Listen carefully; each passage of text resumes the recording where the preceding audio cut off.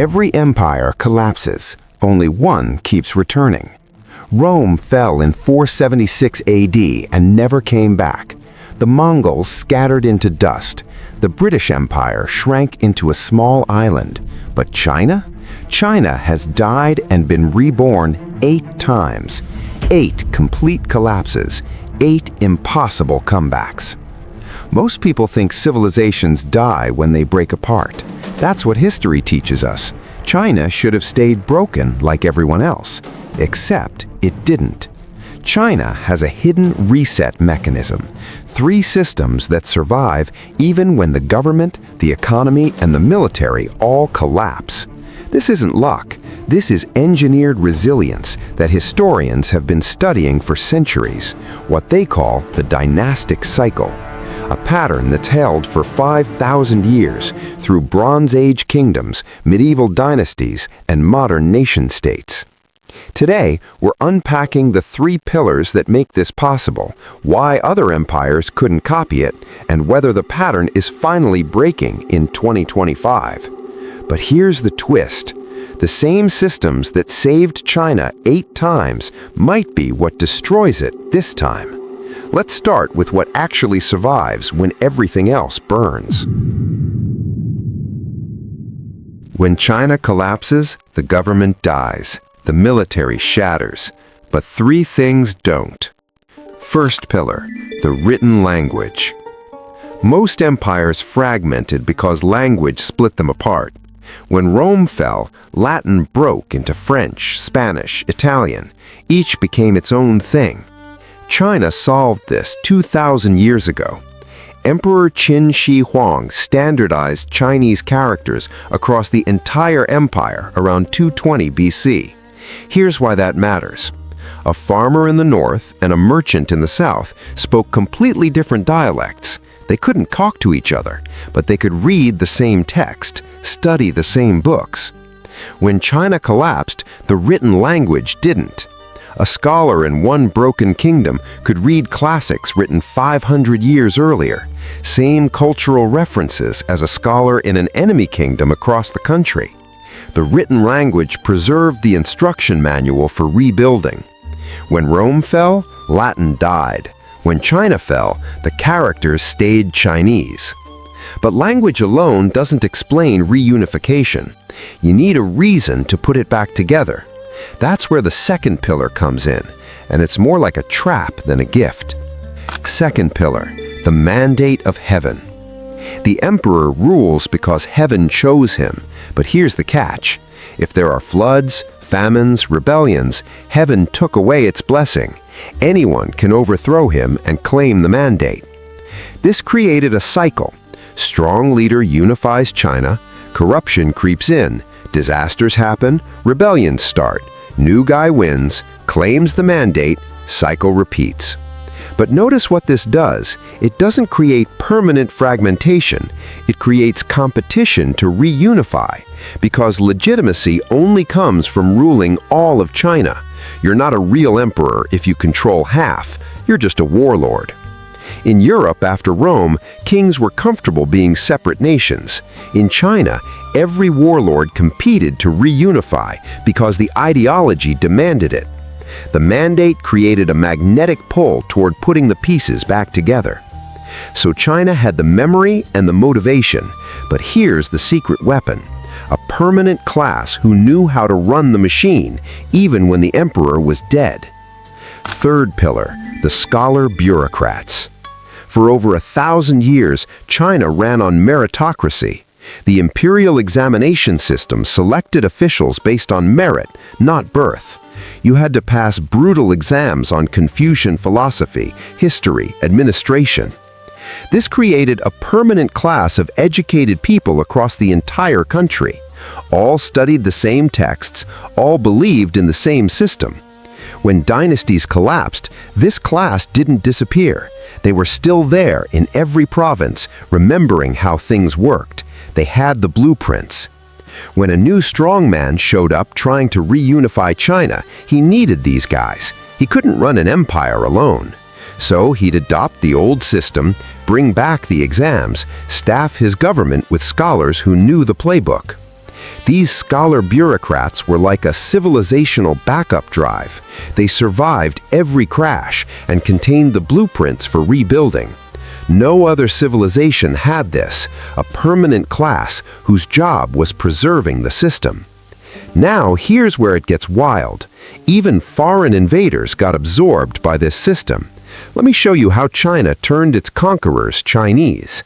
China's three pillars make reunification inevitable. But why didn't Rome, Persia, or the Mongols do the same? When Rome split into East and West, both sides accepted it. Germanic tribes carved out their own kingdoms, different languages, different laws, different identities. The Catholic Church preserved religious unity, but not political unity. And here's the key difference. No Roman warlord spent 1,000 years trying to recreate the full empire. Charlemagne tried briefly. The Holy Roman Empire borrowed the name, but nobody seriously attempted to reunify all of Rome's former territory under one government. Europe became comfortable being divided. France, Spain, England, Germany, they became their own nations with their own stories. The idea of one European empire became a fantasy pretty quickly. China's difference? The ideology never accepted division as legitimate. Every collapse was temporary. Reunification was the natural state.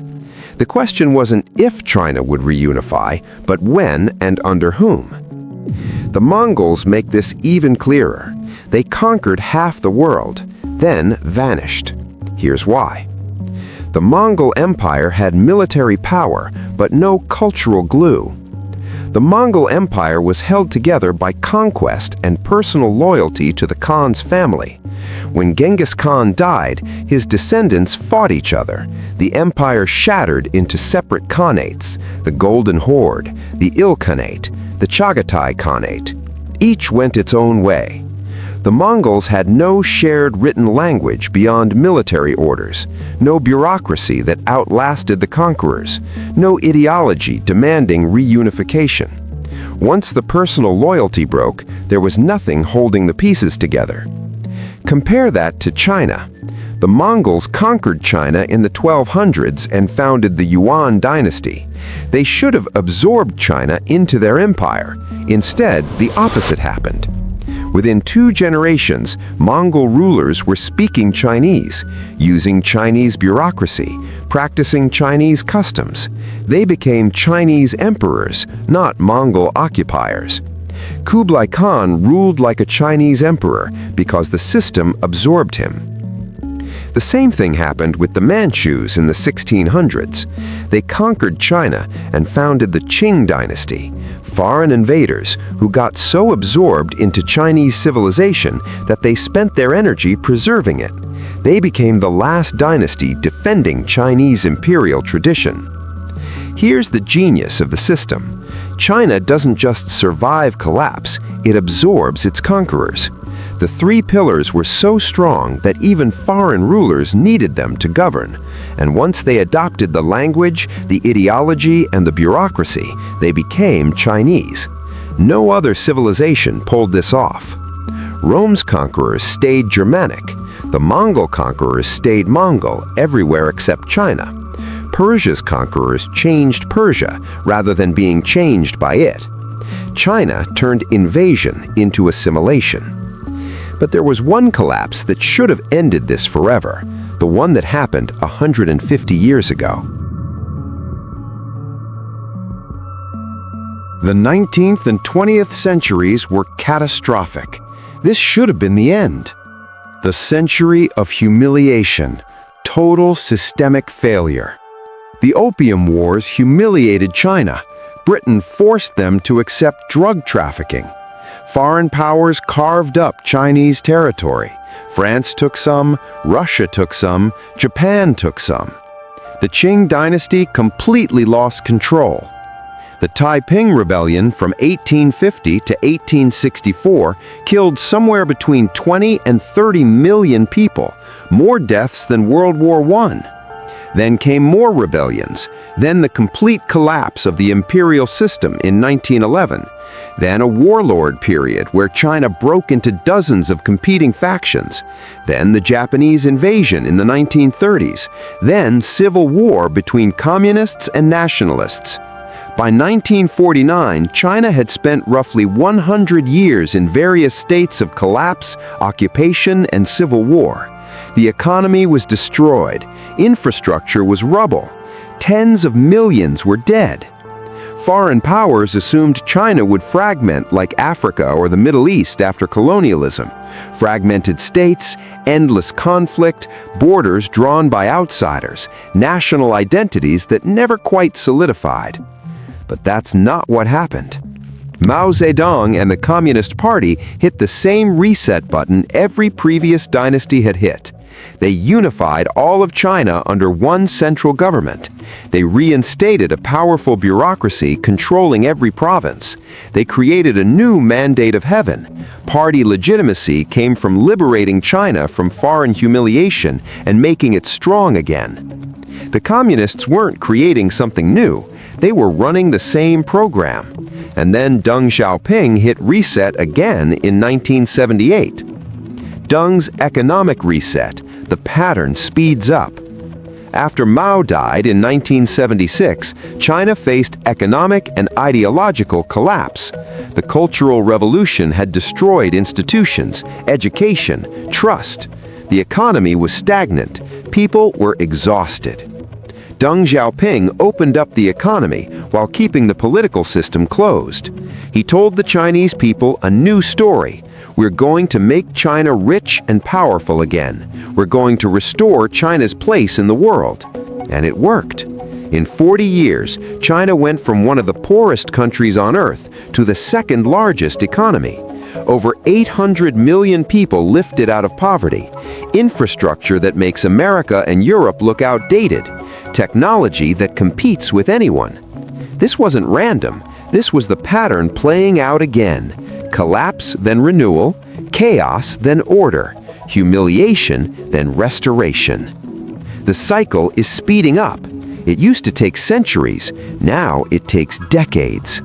But here's the terrifying question for 2025. Can the pattern survive modernity, or are we watching the final cycle?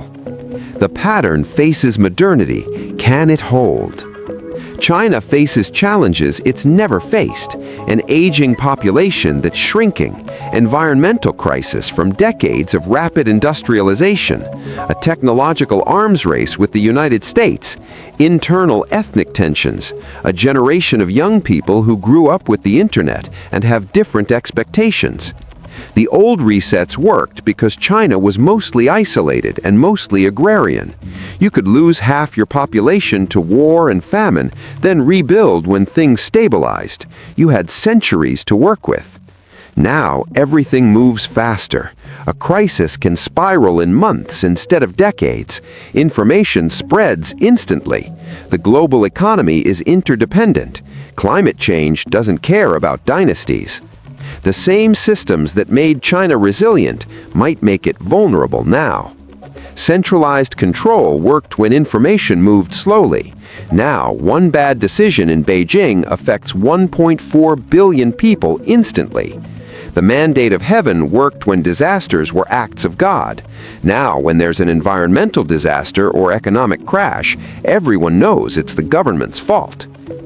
We're living through the most important decade for this question, and the answer matters to everyone, not just China. China survives because it has institutional memory coded into language, ideology, and bureaucracy. When everything collapses, those three things remain. They contain the instructions for rebuilding. China is a mirror for every civilization wondering about its own survival. The American experiment is only 250 years old. No one knows if it can survive its current stress test.